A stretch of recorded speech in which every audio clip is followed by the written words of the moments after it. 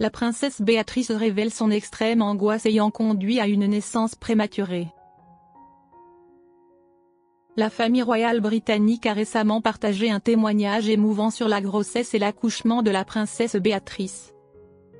Lorsque sa deuxième fille, Athéna, est née prématurément le 22 janvier. Dans un article publié par l'édition britannique de Vogue, la princesse Béatrice a révélé les défis auxquels elle et sa famille ont dû faire face, ainsi que les précieuses leçons tirées de cette expérience éprouvante.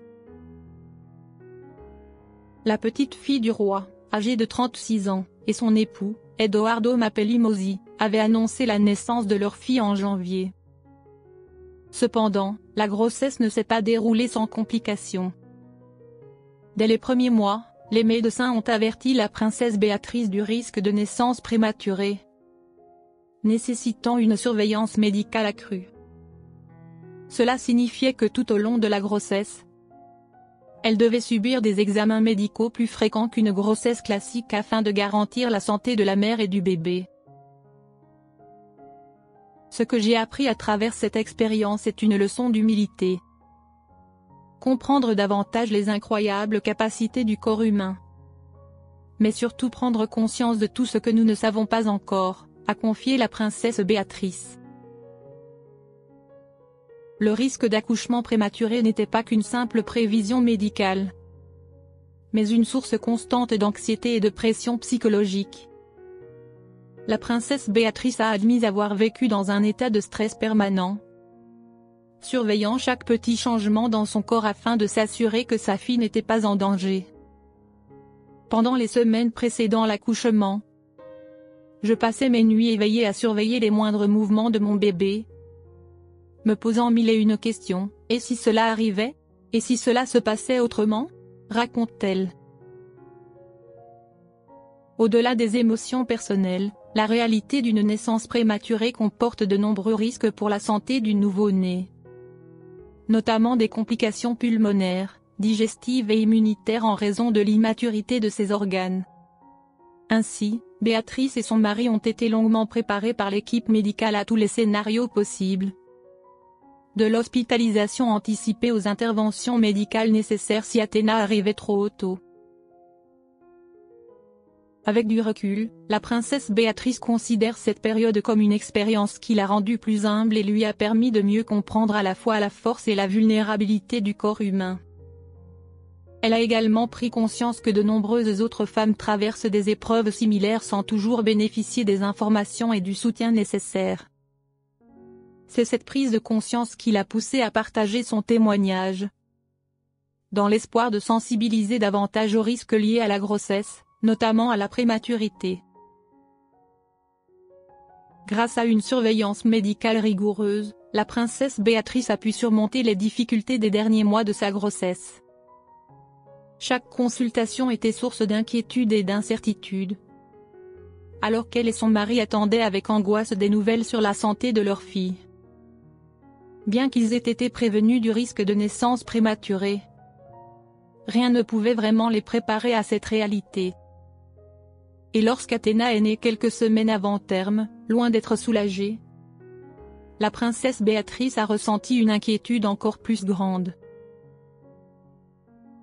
Le premier instant où elle a vu sa fille restera gravé à jamais dans sa mémoire.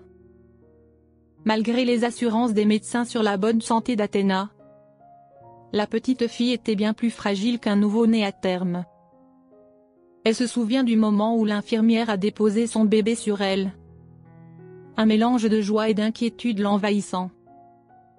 Je me souviens avoir serré la minuscule main de ma fille et prié pour qu'elle soit assez forte pour bien grandir, confie-t-elle avec émotion. Athéna, à sa naissance, avait une silhouette très fine, avec de petites jambes que la princesse Béatrice a comparées à des pattes de lapin. Une image illustrant la fragilité et la vulnérabilité d'un bébé prématuré. Durant les premiers jours, elle et son mari ont dû apprendre à prendre soin de leur fille avec une attention toute particulière, veillant à ce qu'elle reçoive suffisamment de nutriments et surveillant de près le moindre de ses mouvements.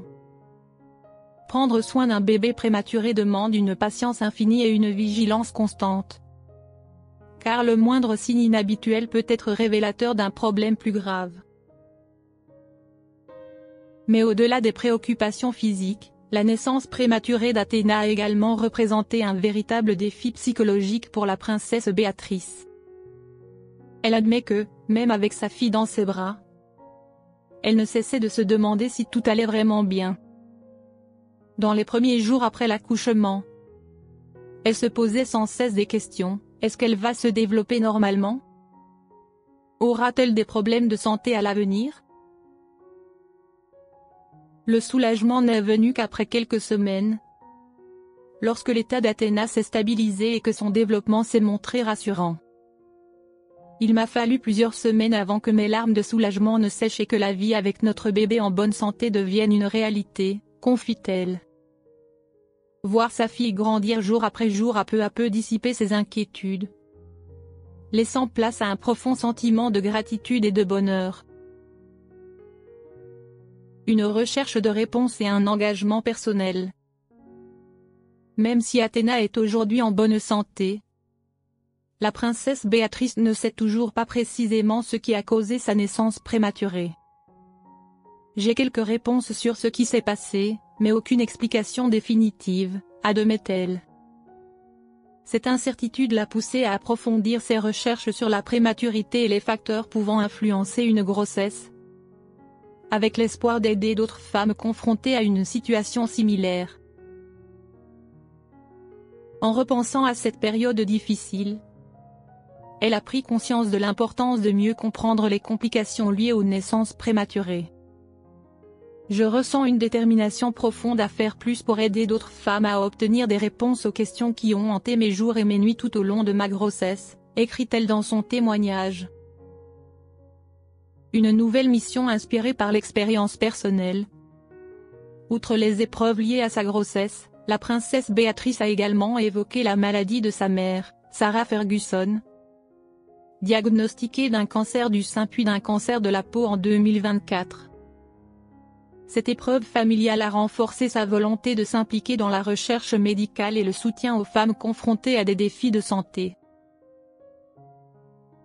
Tout cela m'a poussé à m'engager et à soutenir la recherche nécessaire pour mieux comprendre les défis de santé auxquels les femmes sont confrontées chaque jour, affirme-t-elle. Mariée en 2020, Béatrice et Edoardo Mapelli Mozzi sont déjà parents d'une fille aînée, Sienna, née en septembre 2021. Après la naissance d'Athéna, le couple a fait sa première apparition publique lors du gala caritatif Born's Wonderland Gala à Londres, le 6 mars. Pour soutenir la recherche sur la prématurité et témoigner leur solidarité aux familles vivant des expériences similaires.